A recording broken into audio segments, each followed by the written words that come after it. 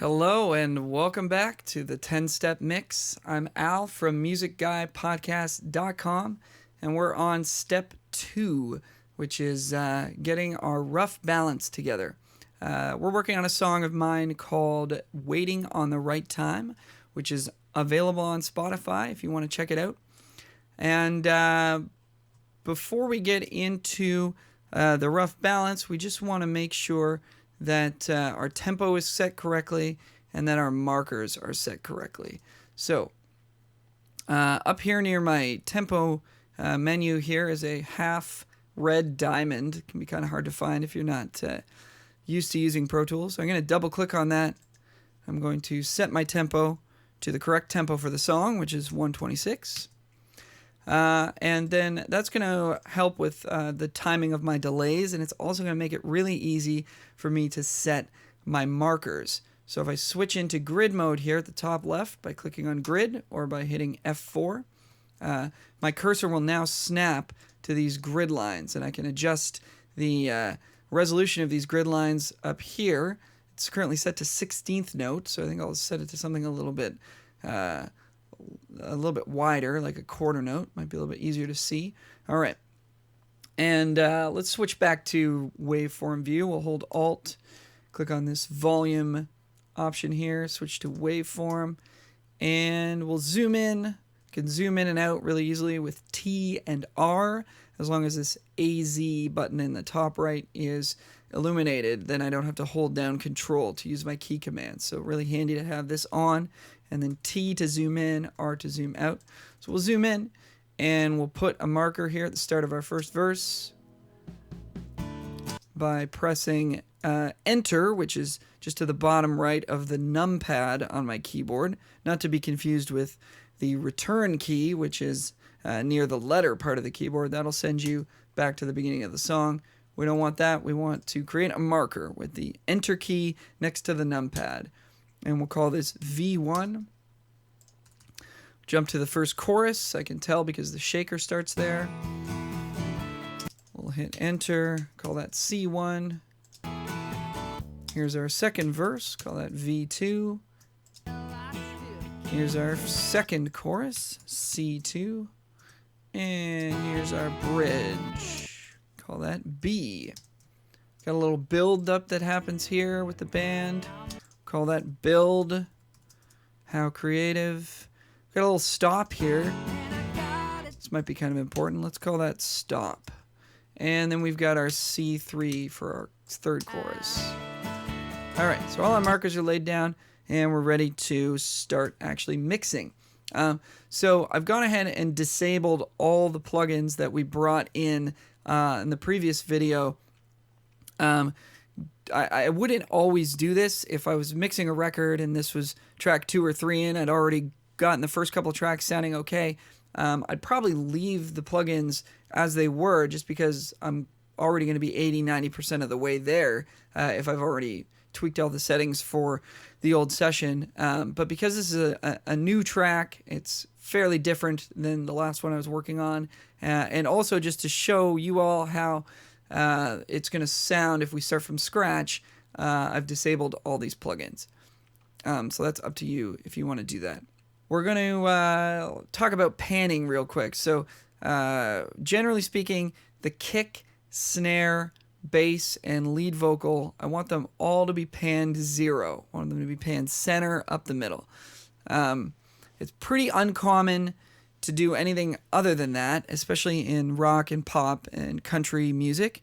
So we're going to leave those all up the middle, and then any of the other elements are going to get panned off to the left or to the right. A lot of people will just pan things 100% to the left, 100% to the right. It's a simple approach, but it's pretty effective and honestly pretty foolproof. So I'll probably be doing that here for this song, with the exception of the toms, which I'm a little bit more conservative with, just because as a listener I find it a bit distracting if it feels like they're coming out of the sides of your head when they're playing. So I did 50 and 60 on the last session, so I'll probably just leave them there for now. And then one other thing you might notice is that my overhead track, my drum overheads, are panned in reverse here. I've got the left side panned all the way to the right side panned all the way to the left. And the reason for that is because they were recorded backwards, if you want to say, at the studio that we recorded these drums at. So I'm used to working in what most people would call drummer perspective, which means the hi-hat is on the left and the floor tom's on the right. But not everybody thinks of it that way. So just make sure that your overheads and your room mics are consistent with the directions that you're panning your rack and floor toms and your hi-hat. So an easy way to check that, I'm just going to default these for a second. An easy way to check that is to go to a section that has toms in it and have a listen to your overhead mics in solo and see where the toms are. So here's a section with some toms.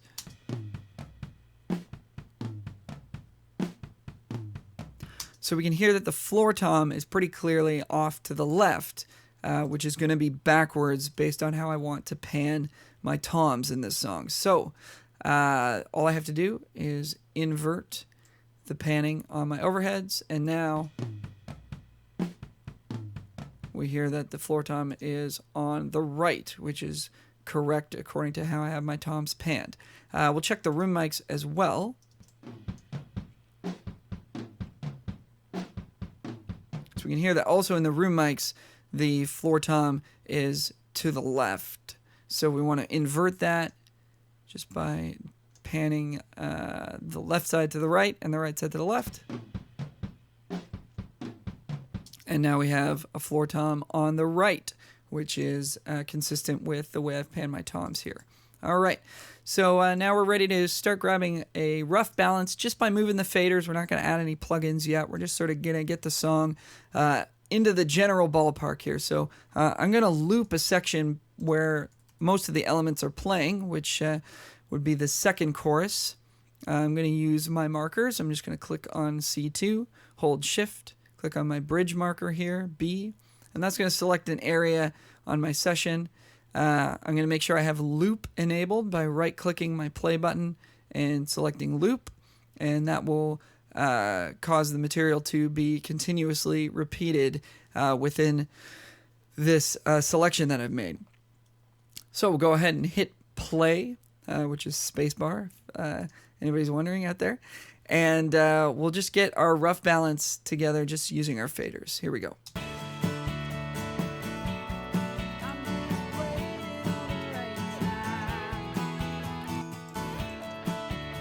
Try not to do too much soloing if we can avoid it. Just want to make sure we know what everything is. Add a little bit of kick. Snare up front.